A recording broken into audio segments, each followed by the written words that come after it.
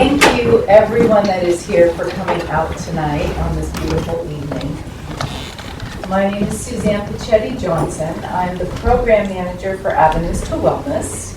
We are a program of the Howard Foundation, so we're very grateful to the foundation for making this speaker series possible, now going into our 11th year. Thank you. So I am really excited about this talk tonight, and I'm very proud to introduce each of our guests. Each of them is a leader in their field. Claudia Wenning is a holistic health consultant. Candice Stein is a yoga teacher. And Paul Jacobson is a marriage and family therapist. And they're going to boil down their many, many years of practice and studying meditation into bite-sized pearls of wisdom for us tonight. It's a tall order to talk about this subject, and I really appreciate you guys being here tonight. Thank you so much. So first of all, thank you for coming. And yes, we talked about this beforehand. Meditation is something you do, you don't really talk about, but in order to know how to do anything with anything in regard to meditation, we have to talk about it. And that's why we're here tonight. We're going to talk about it. There's so much we can learn about how meditation has been understood in different ages and different cultures, and different religious directions, if you will. There's so much that can help us to find our way, how we can use meditation for us individually. And I'm really happy to be here with Candice and Paul. And I would say, if you're ready, would you like to start, Candice? Good evening. My name is Candice Stein, and my background is in Vedic studies, the tradition, a yogic tradition dating back thousands of years. I have a long story of spirituality. My background is in spirituality, and that led me to meditation. And I've found over the years that the most helpful part of everything that I learned is learning to relax. And so 2 days a week I teach yoga here in Willits at the south end of town at Flourish and Flow.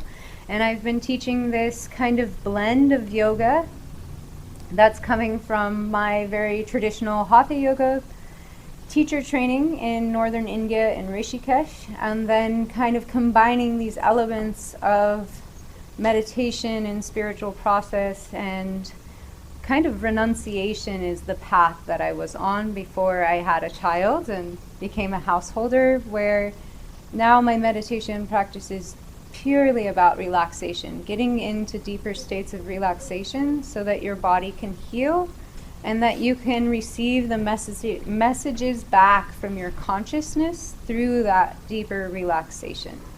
So to start tonight, I thought I would just bring some of the very simple pranayama techniques that I use in my class each time. We'll start with an alternate or just a deep breathing technique. So I'll just slip right into a meditation, a guided meditation, and then I'll pass the mic on to Paul. Then you can have a first-hand experience of what I teach and about meditation. So we'll just sit up tall and straight in our seats, making sure to find a place where it's the least amount of effort to stay in that seated position.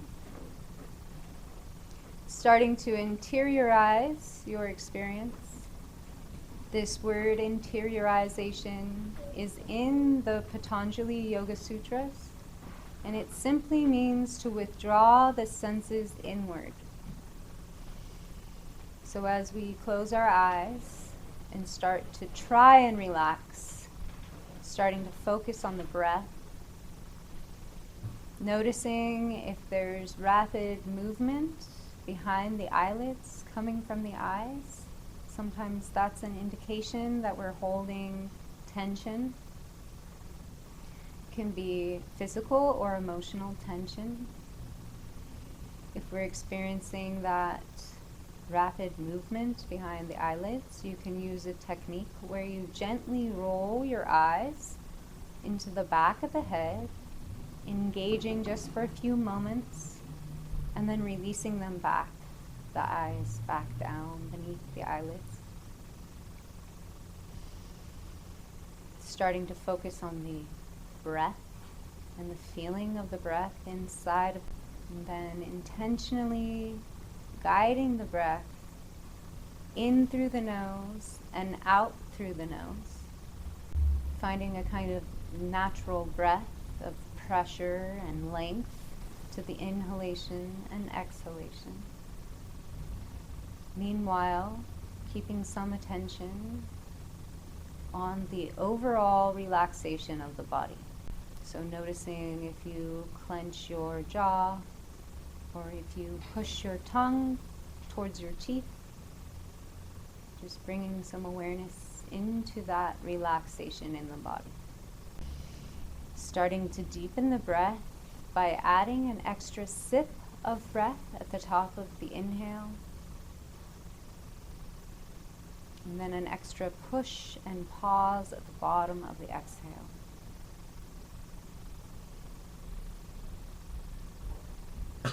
Noticing anything that comes up that's outside of the self. So this brings up this component that Claudia often talks about of awareness. And one way I talk about it is this experience of experiencing. So as the thoughts arise, as activities go on around you, as you're interiorizing yourself, you're sitting back in your awareness as the witness. Noticing these slight pauses at the top and the bottom of each inhale and exhale, these places of transition where we experience natural states of stillness. It's in these deeper, natural states of stillness that true relaxation can open this door to higher consciousness. So now we'll switch to the alternate nostril breathing. I'll just explain this briefly. You can open your eyes if you want a little demonstration. It's the pointer finger and the middle finger are going to rest on the third eye. And then you're going to plug one side of your nostril, exhaling fully from one side, and then inhaling same side. At the top of the inhale, you block both nostrils, and you're going to hold the breath just for a moment, and then release to the other side. So as you guys start exploring that, I'm going to just talk a little bit about the connection with the mind, and the thoughts are very connected with the air element, which is the breath inside of the body. So when we feel frantic or off-center, returning to the breath is a way to bring the mind down. And so this is a key that unlocks these higher stages of consciousness. One perfect example of a higher stage of consciousness would be when you feel frantic, you stop and you breathe and you focus on your breath. So we'll release that alternate nostril breathing and just close our eyes, keep our eyes closed. Returning to our natural breath. You can bring either your fingertips, your right or left hand to the middle of your chest, just slightly to the right. This is a heart chakra, an anahata, hridaya, some other names for this center. And we're going to anchor ourselves here in our hearts. Just taking a few deep breaths into that pressure you're applying from your hand.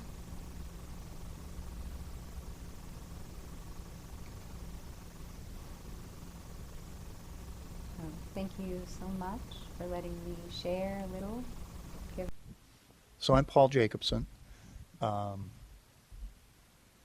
a marriage family therapist. I've been practicing licensed for over 40 years. Part partway through my progression of training and practice, I started getting into Buddhism, and was introduced to Tibetan Buddhism and found that it really complements psychotherapy, or at least the variety I was doing. So I've been exploring that union and the complementary parts of it for 20-some years, I would say. I started out not knowing what meditation was, and realized in hindsight that I was doing meditation with yoga, and I was doing a variety of meditation with progressive relaxation, and I ended up discovering this by doing this course called MBSR, Mindfulness-Based Stress Reduction. If anybody is really interested in learning about yoga and learning about meditation, I highly recommend it. It's online all over the place. The guy who developed it, Jon Kabat-Zinn, it was for pain management at University of Massachusetts Hospital. And it's worldwide at this point in many languages. It's very effective in helping all kinds of ailments. I actually used it in a domestic violence class to help anger management for people to calm down. So from that, I started doing meditation with Tibetan Buddhists, and have struggled to incorporate that into my therapy practice. Most people are not really interested in meditating when they come in and talk with me. They're interested in solving a conflictual problem of some kind, or almost entirely. So I utilize what's known as cognitive behavioral therapy, which is best represented as a triangle between cognition on one side, emotions on one side, and behavior on one side. It's as an equilateral triangle. It can be turned any way, and all sides are the same. So the visual is helpful to me to understand what goes on in our internal functioning. And each component influences the other component. Our emotions influence our behavior, influence our thought, and it goes the other way around as well. Our thoughts influence our feelings, influence our behavior. So what meditation does is it really helps everyone become much more aware of these links between the different components of our personalities. The metacognition of recognizing, thinking, about recognizing the subtle thoughts that come up before you react emotionally. And the subtle thoughts that engage a behavior can also stop to deter destructive things, actions occurring. So meditation and mindfulness, which is slightly different, I think, are extremely helpful for people to notice these subtleties. Mindfulness is more a present moment awareness,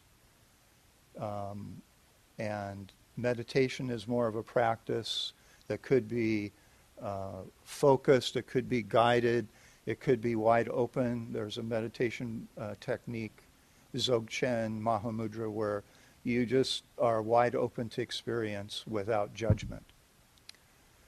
Easier said than done, I find. But it is very useful for a lot of people, and gets you in touch with what Tibetan Buddhists call Buddha nature. In the West, I was raised in Christian society, very conservative religion, and taught that all of us are born as sinners, and we need to repent. It's really an interesting way to be brought up. Buddhists, on the other hand, are brought up believing that they are perfect Buddha nature at heart, and that all of us have that, and that our task is to gradually move away all the obstacles that we put in place or are trained or conditioned to be in place, to recognize that internal perfection that we are, they call Buddha nature. So meditation, Mahamudra, all meditation is designed from the Buddhist tradition, from the Tibetan Buddhist tradition, to realize that virtuous state of being.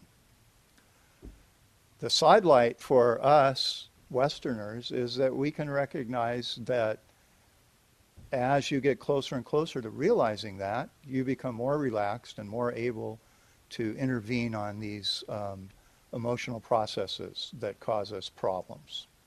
Early cognitive behavioral therapy started as a response to behaviorism. There's a dog here. Behavioral techniques of positive reinforcement, negative reinforcement, and repetition are used to train animals all over the planet. And so Skinnerian behaviorism was used as a way to understand how people become who we are.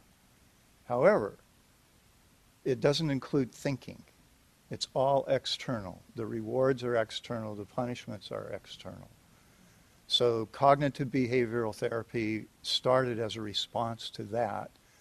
We have the ability to give ourselves rewards internally and to recognize we're doing something positive and say, good job.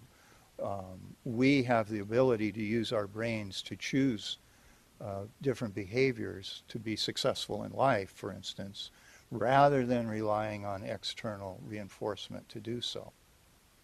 So that's what essentially cognitive behavioral therapy focuses on. And the triangle that I described a minute ago are different places to intervene, to change whatever patterns of behavior you or anyone else would like to change. What meditation does is it allows more, it kind of slows down your thinking process, that you can actually see these very subtle thoughts that come into play, influencing our actions, influencing our emotions. All of the suffering, all the difficulties that we have, that cognitive CBT is designed to affect, to help, are what Buddhists call samsara.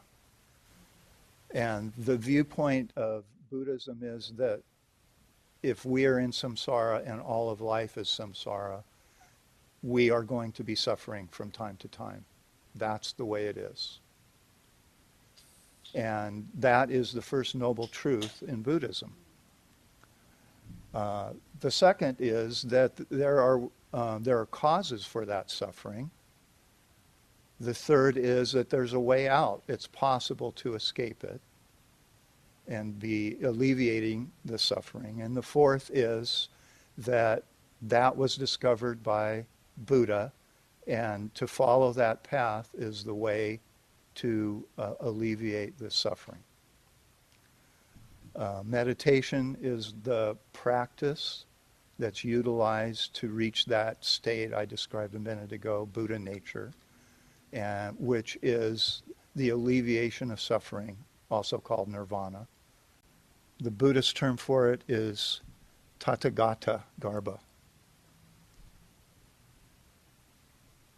I have a whole book that describes the elements of Buddha nature that, it amazes me that, here I am talking about it and I feel like I described it, but there's a whole book that describes the element of Buddha nature, the perfect natural state of being, with the intention of one of the aspects of learning theory and behaviorism is that the more that we engage in a practice, the more we become familiar with it, the more likely we are to bring it up and to have ideas occur naturally in our brains. So the practice of meditation, loving kindness meditation, teaches you to have compassion, to think in positive ways, to think in loving ways, and that be the fallback position in our brains. So the triangle of CBT, this would be surrounding the triangle, is to have a compassionate outlook and perceptions that then impact everything that we experience. So a couple of other ideas of Buddhism that I want to talk about. Emptiness is one of them. I don't know if I can explain this, but everything that we experience, everything in the world, everything in the universe is impermanent, and it's constantly changing. There's nothing that stays the same. There's nothing that lasts. We as humans think we're defined. We're not. I am this way, I am that way. We're constantly changing. We may not notice it for a while, but then I'm not the same as I was at 5, and nor is anyone else here. Even though we have some memories, we've changed. So the emptiness component of Buddhism describes that quality of nothing is permanent. And our perception is also not permanent. Our perceptions are constantly changing as well. Emptiness is related to dependent arising. Everything that occurs in our world is based on the causes and conditions that give rise to it, to whatever that is. And consequently, no one person is fully responsible for anything, because it's a number of causes and conditions and subtleties that have led to something happening. I find that useful in undermining my own anger sometimes, because the guy who stopped in front of me, it's not because he's trying to cause me, some kind of annoyance. It's because the person in front of him stopped. And that applies to almost every situation in our worlds. So through these dharmas, the way the rules, the components of the universe interacting, everything that happens in life is then played out. And we develop patterns of behavior, thinking, feeling, that then reinforce each other over and over again until we learn to change that through mindfulness and meditation. Karma is the activation of these habitual patterns that we have, and the cure, the change, comes from being aware of that and learning to alter and choose differently. So I'll stop with that. Thank you both. So now we're here because we offered you an event that's called Meditation Simplified. So I'm assuming, and please correct me if I'm wrong, that this spoke to you because there must be a very personal, workable, and easy way to go deeper into meditation. Maybe. Is there? I'm just assuming that this might be something you're interested in. How can we use the idea of meditation for ourselves personally? And it's different for each and every one. And it's also, of course, as you have heard, there's lots of different ways to approach that from a spiritual point of view, various religious traditions, or just culturally. And I always like to find, if we can, a common denominator, or at least something that just makes sense. That is mostly something that has been written about in books, like you mentioned that book about the Buddha nature, a whole book about Buddha nature. I find that fascinating. And still, we're living our lives. We're living our busy lives. So what is the first plan of action? Reading all these books, or actually finding some ideas how we can experience more meditativeness in our own lives. And what do I mean by meditativeness?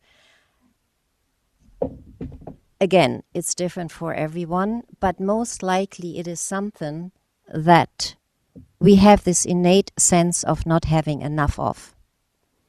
Not having enough of time out, inner peace, ease of communication, a slight shift maybe in this self-talk we all do, maybe a slight shift how we operate life, how we walk through a day, how we interact with ourselves and others.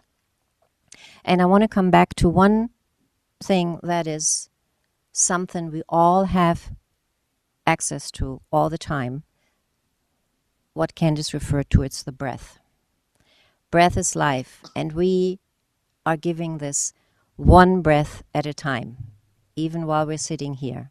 Breath comes and breath goes, and there's nothing we have to do while we're alive to receive that life-giving gift.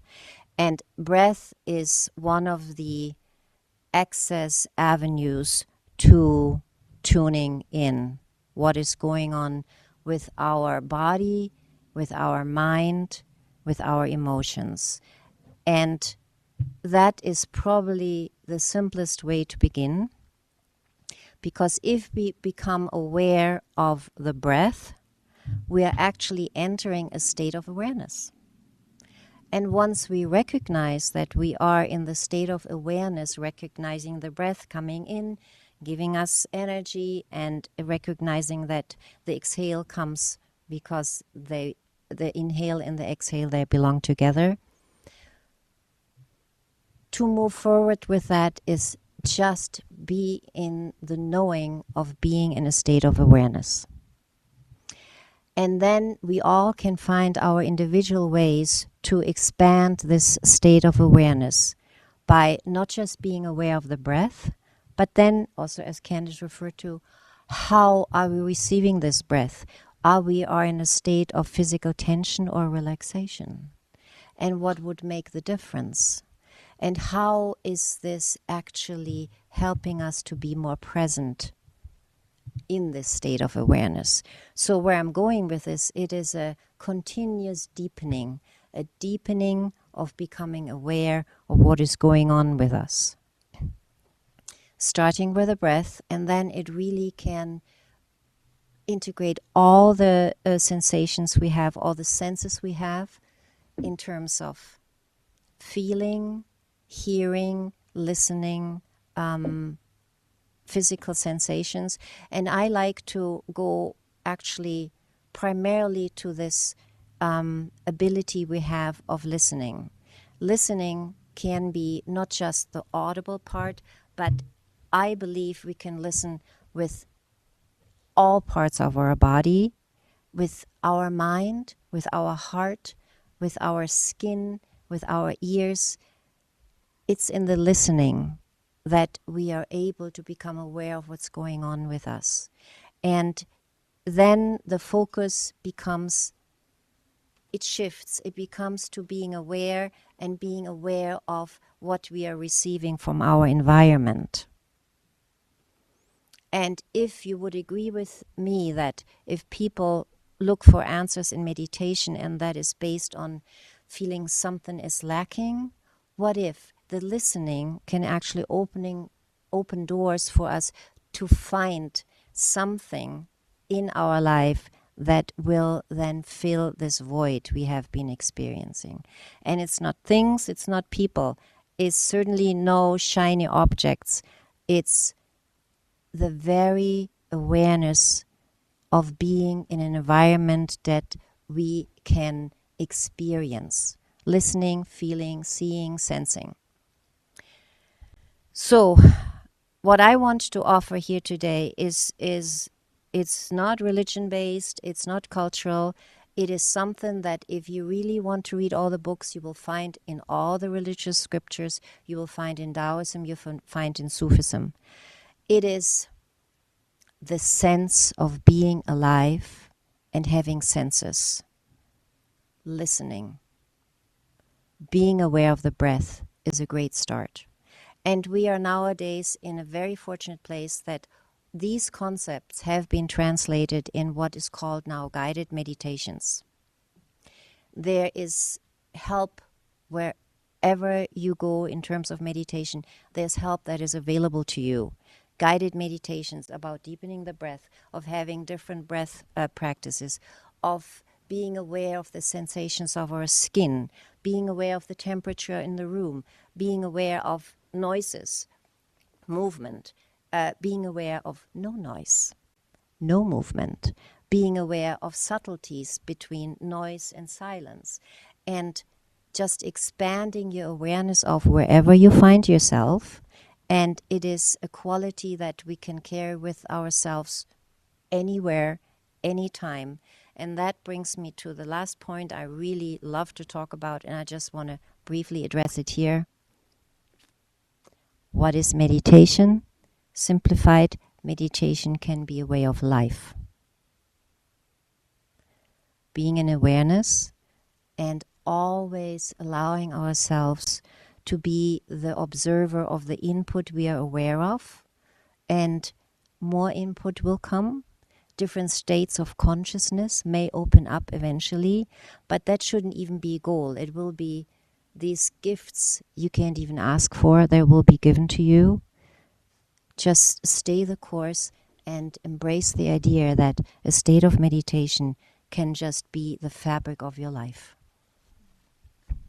Now, Candice and Paul may want to say something else, and then we have plenty of time for questions. I'll just say a few things into response to the beautiful knowledge and information that was shared. Those deeper states of silence, it doesn't matter how you reach them. The important thing is to reach them, those states of relaxation and silence. And it's so true. There's like such a common thread throughout those traditional Eastern faiths. I mean, Hinduism, Buddhism. It's so different than Catholicism that it's hard to even compare them.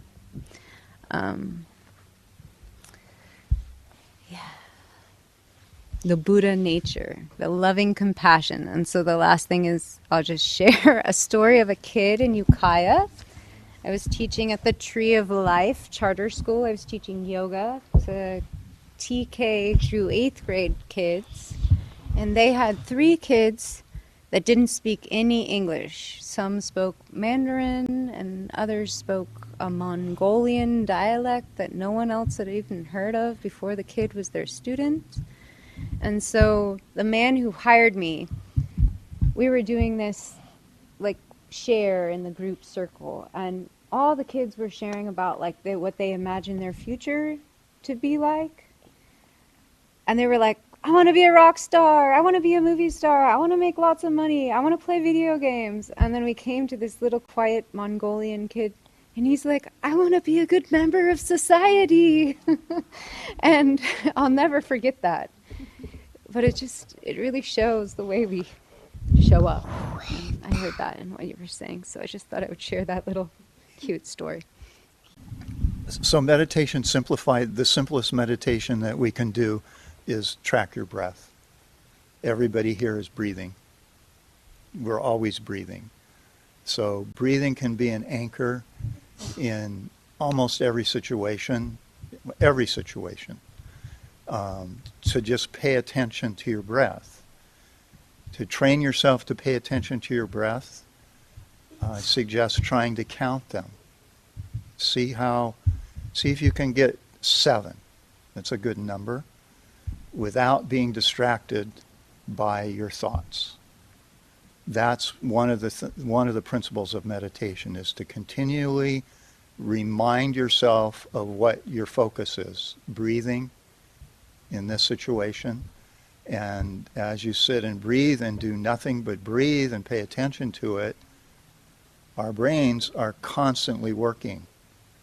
Buddhists call our mind we think of as brain. Our mind means all of our senses, our five senses, as well as our thinking. And we're constantly receiving with all of them.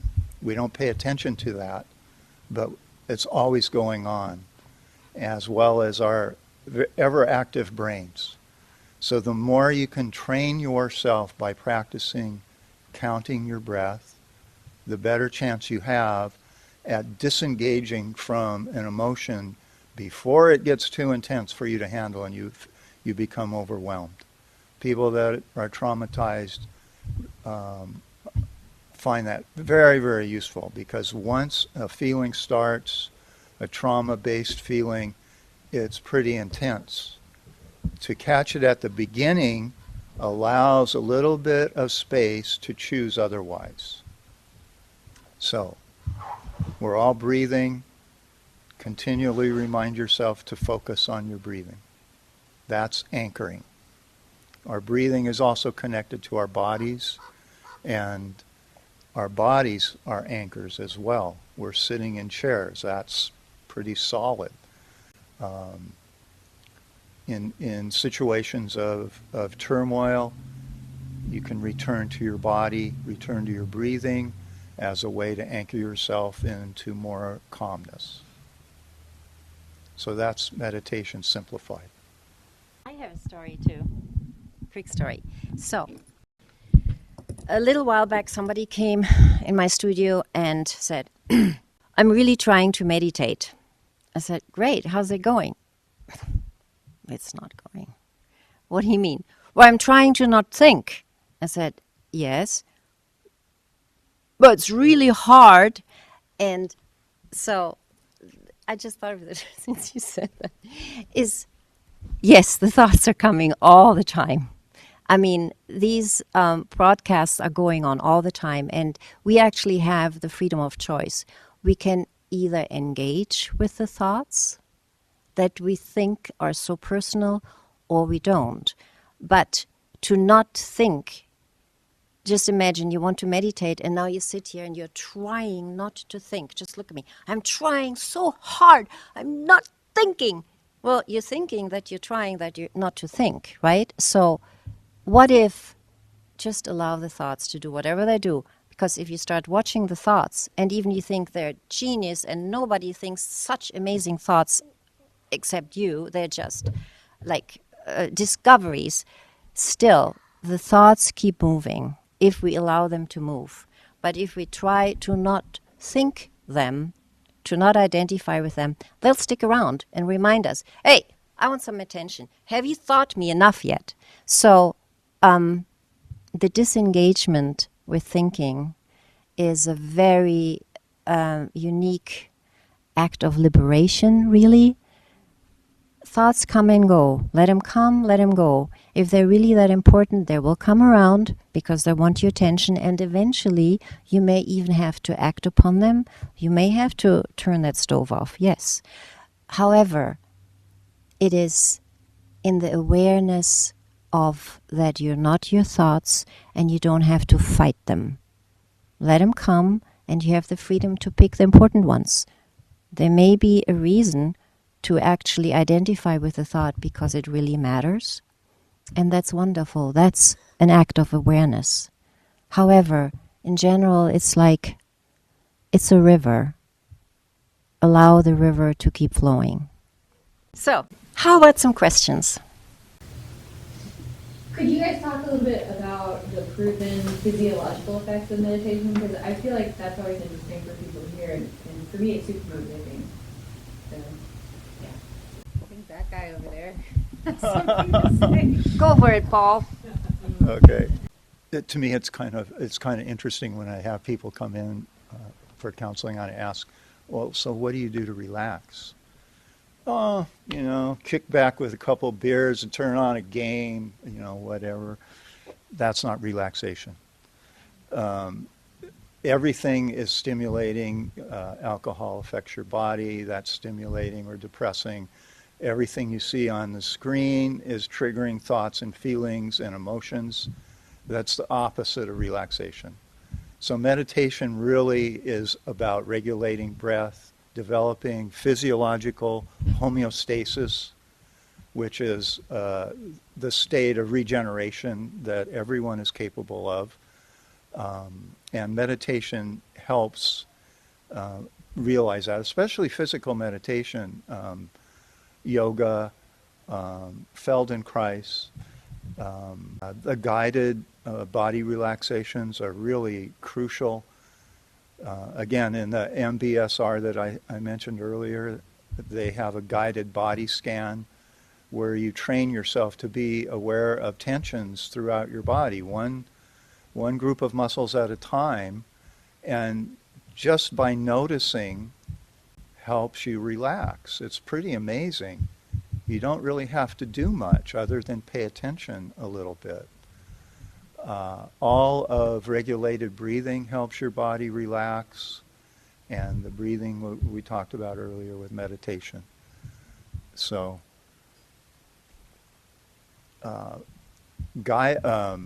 what's it called?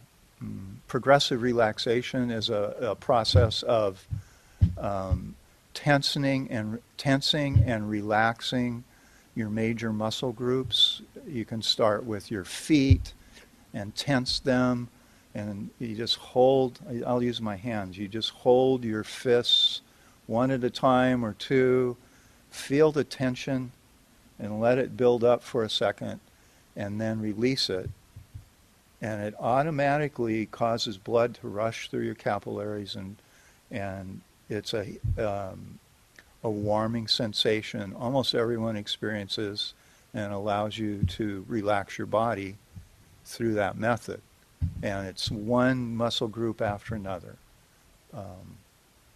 Reaches full relaxation. It's fantastic to experience, honestly. And another way is a hot tub. Kind of guide it towards that scientific, because we're always looking for proof. Annie's a yoga teacher with me over at Flourish and Flow, and Aaron here is the owner of the studio over there. They're both very deep practitioners looking for solutions. They're solution oriented. So one of the things that's one of the printouts I put out there. It's we didn't get there to the mantras. The way the mantras work is it's like a high frequency thing you're saying. The mind, you're distracting the mind with the mantra. Meanwhile, you're trying to reach the silence, or how we say it in my tradition, suck the silence. Like you're trying to get as much of it as you can. So the mantra, I'm getting to the scientific part. The mantra like confuses the mind or distracts the mind from thinking the thoughts. Meanwhile, we're relaxing. Meanwhile, we're chanting this high frequency mantra that's an actual frequency in the creation that's then vibrating inside of the body. And there's tons of studies that have shown that actual vibration, that frequency in the body. What it looks like in our practical lives is like more space, more silence, like a freedom to choose when we get upset. Another one that's super interesting to me that I've just came into contact, again, working at that school with all these kids, all these specimens, but it's like so creepy and so cool at the same time. And they paid me to do it. So the eyes, this rapid eye movement therapy is so incredible. It's like the cutting edge therapy. Like if you have trauma, you just sit and it involves that squeezing as well. And you track these things on a screen, go back and forth. And so this is a really ancient technique that's found in a lot of yoga practices, advanced meditative yoga practices. And one of them is called Tratika. I don't know what the recording will be like. And that's what this printout is about, Tratika. And I know we've talked about it before, Annie, but it's the staring at a flame, and it's eye gazing. And it's so powerful because it's cleansing the eyes. And the screens that we're always looking at have been developed to look like a flickering flame, like we receive it the same, like neurologically through the eyes, the same way. And so that's why we get so addicted to that release that happens staring at the screen. But if we can use something like in nature, and I've heard you do really beautiful guided meditations with nature, If we can stare at something like naturally beautiful or a flame, it can really help us heal that neurological part of the brain that's being overstimulated. So it's kind of like through using it in the proper way, we can get back to a natural state of neurologically. So much of what we do about relaxation and yoga is really about allowing the nervous system to relax enough to get back to where it wants to be. And so we're not all like talking too fast and all the things I'm doing right now. No. Yeah, so there's so much proof in the way, like the modern trends in the wellness industry can always be tracked back to these ancient, simple roots. And yeah, I'll go on too much of a tangent if I say anything else. Yes, there are lots of studies what being in a meditative state can do for the body in terms of health and well-being, mental, physically, and longevity. Women go through cycles every month, and they can be quite stressful, we know. If we are in acceptance to deal with that as a wave-like pattern, we adjust our daily activities and are more in a reflective state about this, it will actually reduce the tension and the pain that often are associated with the cycling. That's just one example. There are many, many studies out there. I do think it has to do with allowing space to balance out the nervous system. So what meditation can deliver is moving from fight or flight into balance. And it's like a teeter-totter. Yes, there'll always be influences that we slip out of balance, and then the recognition of that, what tools we can use to come back in a state of balance. I think that's probably the best antidote for stress. And life is stressful. There are too many influences often for us to navigate through. And then we can use the shortcut of being really tense and trying to either fight what life offers us or try to flee it. And I mean, how far are you going to go? You probably develop coping mechanisms that are not healthy. And that is not really a solution. And if you're looking for solutions, I think meditation is a non-toxic solution. And again, you can develop that in a way that works for you. I mean, I often say, look, if you are more of the opinion that it has to be a certain amount of time in a day at a certain time of the day where you make space for meditation, great. If it's 3 minutes, that's great. If it's 3 hours, that's great. Whatever it is, I think it is just making space for this in your life, and then it starts to flow into all the other activities in your life, and it will reduce our reactivity to stressors that come every day. That has been studied extensively, and there have been studies done with EKGs for people who are either in the state of active meditation and they're on an EKG, or before and after, and people who have developed practices. And I think that's where it starts. It starts with 3 minutes. We start somewhere, and then we go however far we want to go, and it will, though, then reverberate into all the 24 hours that a day delivers to us. So I think start somewhere, and sometimes less is more because it's not so overwhelming. If we create overwhelm with becoming a meditator, how long is that going to last? Maybe a week, max. So does that answer your question, Annie? I just like hearing, and I especially like hearing how it changes, parts of the brain. It absolutely does. And what it also does for the nervous system, it regulates the nervous system in the way that it actually can operate properly, which is like one of the primary systems in the body. If the nervous system is off and out of balance and dysfunctional, it cannot deliver the signals all the other systems need. And then, it's just a matter of time that things go haywire. And then down the road, we call that disease because we're out of ease. If we can really nurture and respect and honor our nervous system by being in these states of meditation, it's the greatest health insurance there is. And it actually also makes for better relationships with the rest of us.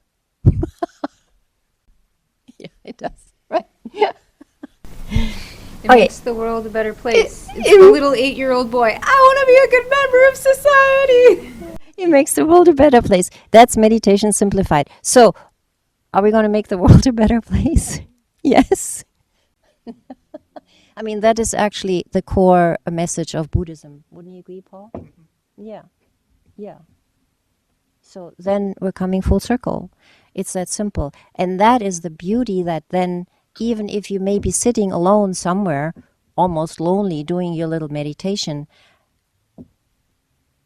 that is a misnomer. Actually, when you're in a state of meditation, you are energetically connected to everybody else who makes space for meditation, to make this world a better place, to find more balance and ease versus disease. So even if you think you're doing nothing, if you, as one little person somewhere sitting on a rock or, on the beach, meditating, and you're creating more ease for you, we are all our own universe. If you then find this state of ease, and you will then reconnect with the people around you while you reside in the state of ease, what do you think is going to happen? You're exuding ease. It's not contagious, but it can be positively infectious.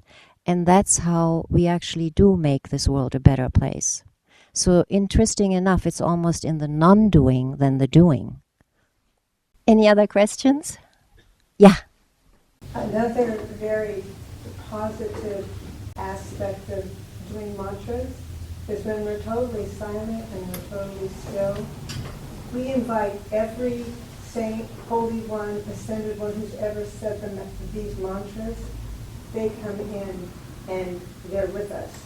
So if we need assistance, which we all do, especially right now, we can invite them in for our aid and love and the compassion that we need. So their mantras are incredibly powerful, whatever they are, if the heart is focused.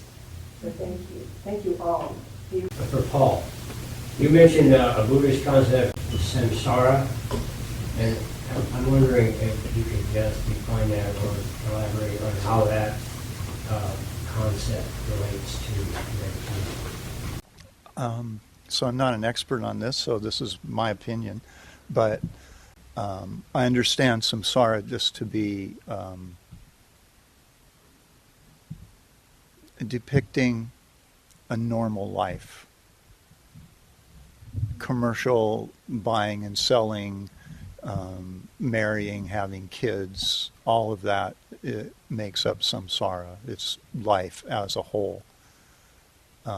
Every aspect of it, I said, is the first noble truth is suffering. Suffering means discontent as well. That's a better word for it, actually.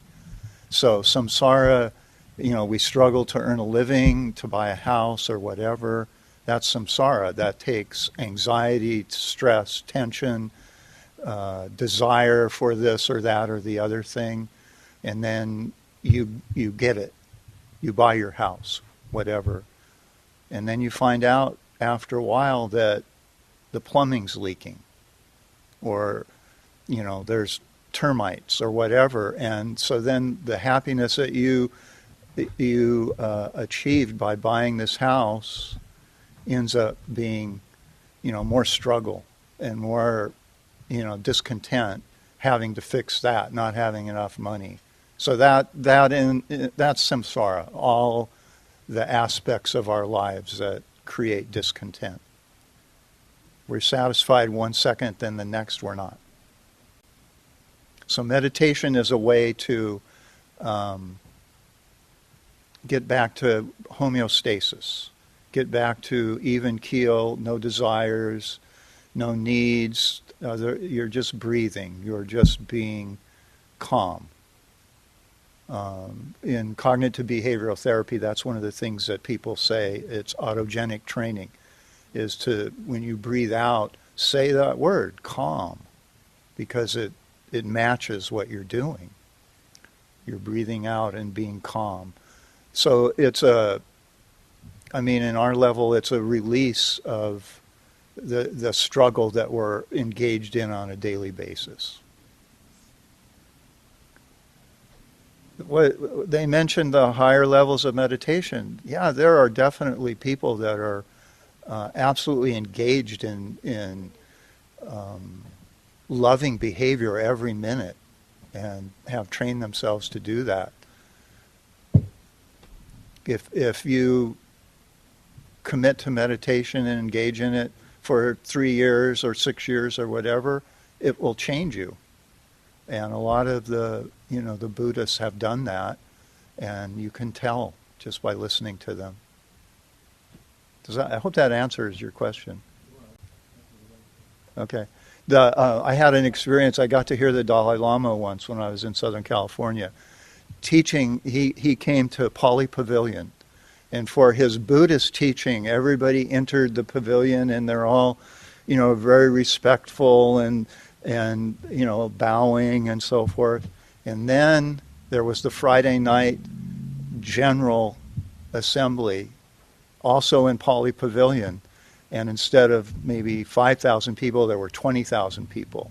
People were outside smoking cigarettes and saying hi to their friends and yelling. Inside, same, you couldn't smoke, but everybody's talking. It's like uproar, constantly uproar. They had seats on the gym floor. This is the basketball stadium. Seats all around and filled. It was sold out.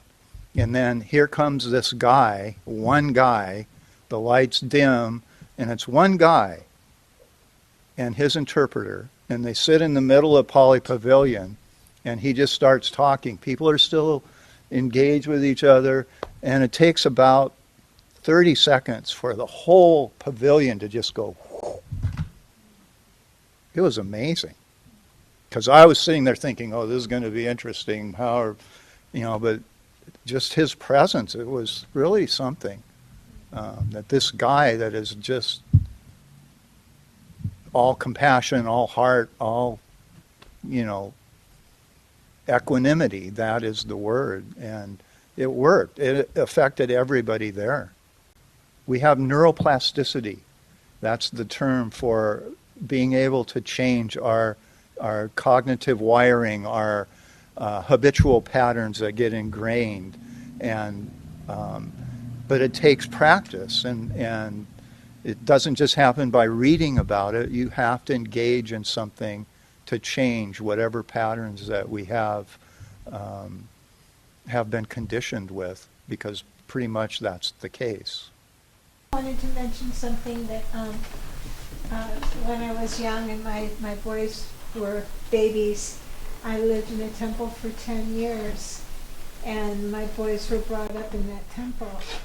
And the one thing that I got out of it that was so significant to me is that there are people right now, all the time, every day and night, who are praying and chanting and performing acts of kindness in whatever cultural realm that they're coming from. And so when you talk about a stream of consciousness, there's this beautiful river of just divine bliss that if we can take the time to stop and pause and listen for that celestial sound that's in our core, we can dive right into that and feel that and know that this is happening all over the planet. And to me, that's a pretty amazing thing. Oh, and to be creative with your spiritual practice. You don't have to, it's not like it has to be a boxed in thing. Sometimes people love that, and that's fine. But you can develop your own relationship to finding that divinity. Yeah. And if you get stuck, then you just recreate it, right? Be creative, yes. Because if it's not a good fit, you will not continue doing whatever you decided to do. And I think it would be natural to assume that these practices change over time as well, right? Because doing the practice changes us. So then when we change, the practice continues to change. And that also goes back to the concept, what we do will affect everything, not even close by, but even far away. So it is a continuum, and I think it is something that should be so prominent on our radar that it really will benefit our life in an inspirational way. And yes, let's be creative. Let's be creative meditators. I like that. Yeah. Something you just reminded me of is this sensation in the silence. Like, how do you know that it's really happening? You're really in the silence because you still have some thoughts. It's like this energy, you just shared it, this remembering. You'll know because you'll know. And so thank you for teasing that out of everything we've been saying. So I want to just sort of elaborate on what Mana said and ask you, Candice, because you started talking about you came from a spiritual standpoint to meditation and how we can access deeper levels of consciousness, and like what Mana was saying, we can access. Could you say a little bit more about that? I could say so much more about that. It's truly a profound experience to be in the presence of a master, like somebody that's holding a consciousness that affects you. It affects the room, it affects everything. So that's what I meant by I entered meditation through spirituality. I was first came into meditation through meeting somebody with a great consciousness. And then it's through the digestion of meeting these saints, these miraculous beings, these Buddha-natured people, that I was inspired. I remembered, like, oh, there's this whole other, I'm going to vote with my consciousness. I don't need to be involved in the world in so many ways. Like, I can implement change so much more powerfully and palpably through changing myself. And that's like a Buddhist proverb, I think. Like, in the beginning, you want to change the world, and then you realize that all you really need to do is change yourself. I don't really know how. The discipline, something I want to say, the discipline of a meditation practice, however it comes about, however you come into contact with something you feel inspired to try, it's really about taking it and making a discipline so that you know if it's working or not in your life. So keeping a journal, like doing it every day for 41 days. I'm laughing right now because Erin always is posting these positive reminders. And I'm so grateful because I often read them. I'm like, oh yeah, I really needed to hear that today. But making the discipline and making a commitment to yourself that you're going to try something and then following it all the way through. It's like this self-empowerment. It's a taking back of the self. And I talk about it in my yoga classes. It's like we're acknowledging that there's a higher self, like a part of ourself that wants to be different, a part of ourself that like is really craving change, really craving some nurture or nature that we're not experiencing, like that. I heard you talk about it in the sense of therapy, like, and you're also working with people who are therapists, or people who need therapy. So people come to spiritual healers or to therapists when there's trouble. It's an interesting thing. Maybe you want to take from. Yeah, it's so true. And there's something else that I was just thinking about when you were talking. When we don't have the answers to the questions we have been carrying for so long, there's nothing wrong to look for a teacher. Yes, they may be called saints or gurus, but there's also the teachers that you'll find anywhere and every day. There may be that little girl that has a handicap that lives around the corner that can teach us unconditional love, that can teach us patience, acceptance of physical ailments. There can be the elder who is now facing dementia. That can be our teacher. that there's so much to become aware of, that we have to find balance in.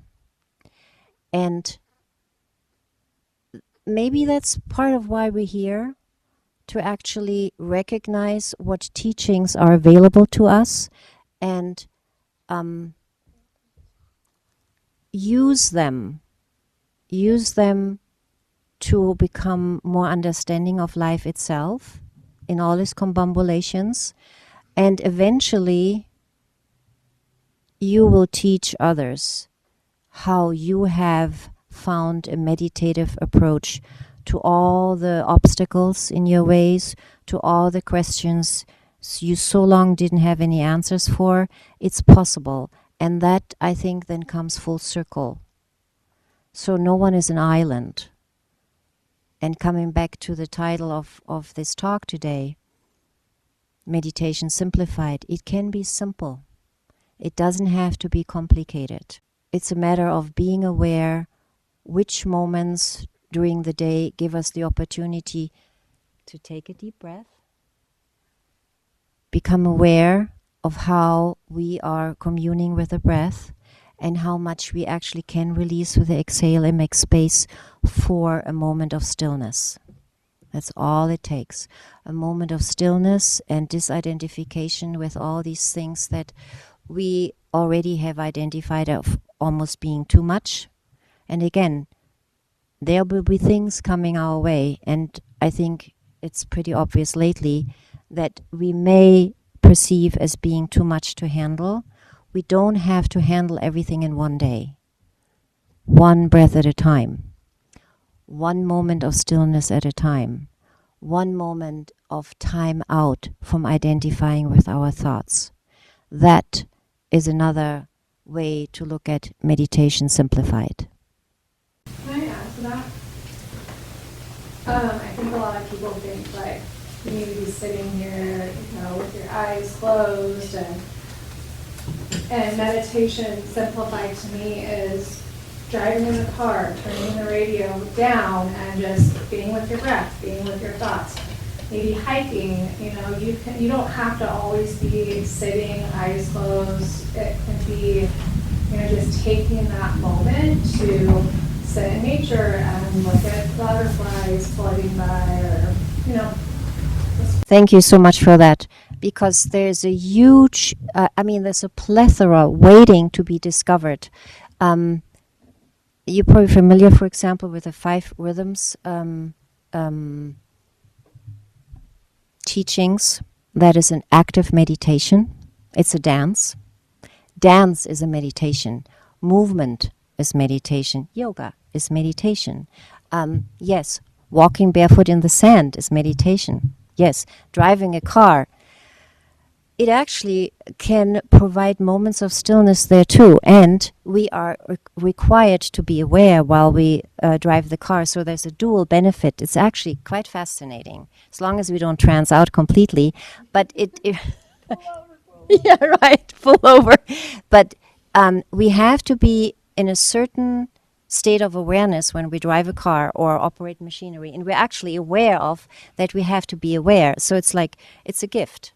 It's a gift. It's even riding a bicycle. You have to be aware, otherwise you lose balance. That alone, I would declare bicycling is very meditative too. So it's endless. Thank you for that. Yeah, that's great. And there's a wealth of active meditations that have to do with the delivery of sound, to move rhythmically to sound and allow that sound to penetrate your body and loosen up the areas that are tight, and just bring everything into this, into its own song, if you will. The body has its own song, and often we need drums, we need flutes to reconnect to that song that lives within us. And when we recognize that song, we are in a meditative state, because we are in tune with what our body is doing, and we're not stuck in the mind. So there's mindfulness, but it can also be mind overfulness. So I often say mindfulness, oh really? Well, maybe it's also like the sense of a certain allowance for emptiness in the mind. that could be a meditative aspect as well. Yeah, thank you for saying that, Erin. Yeah. MDSMR, is that what you referred to? What was that acronym? Say it again. MDSMR? Is that the right acronym? It stands for Mindfulness-Based Stress Reduction. MBSR. Again, I don't mind repeating myself. There is so much out there that we can use nowadays more than ever before to use meditation for our physical health. And if that works for our physical health, guess what happens? We will feel better mentally and emotionally. It cannot be separated. It's all together. So when we're done, before you go, don't forget to take these handouts. I would just offer a closing little grounding exercise. It's something we do often in my class at the end or in the beginning. It's a really great one. Like, if you don't have time to meditate, that's kind of been something that's been on my mind lately. If you don't have time to meditate, do this. So you take your pointer finger and your middle finger and you cover your eyes, and then you take this ring finger, you're going to plug your nose. Scott, you know exactly where I'm going. Should have you up here demonstrating. And then you're gonna plug your ears with your thumbs. You plug your ears with your thumbs, you cover your eyes with your pointer finger and your middle finger, and then you're gonna plug your nose with your ring finger. And then you're gonna take a deep breath through the mouth and you're gonna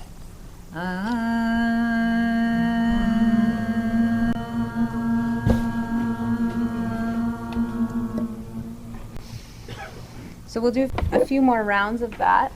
And what you want is like an inner resonance. So it's kind of like this sound inside of your brain. It sounds like a bee buzzing. And that's the name of this pranayama. It's bee buzzing breath.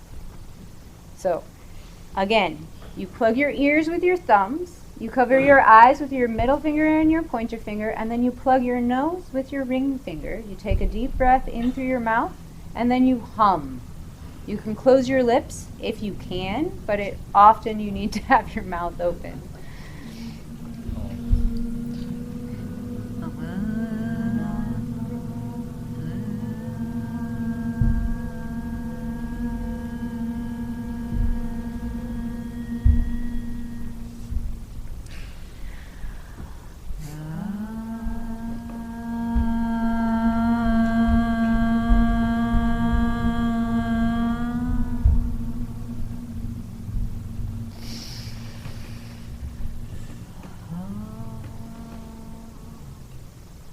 So as you release your hands, keeping the eyes closed just for a moment, feeling the natural breath. Thank you so much for the opportunity to stand up here or sit up here and talk. Claudia, Suzanne, Paul, thank you. Thank you all for taking time out of your lives to come here, and it's really a pleasure to be with all of you. Thank you very much. And thank yourselves for being here.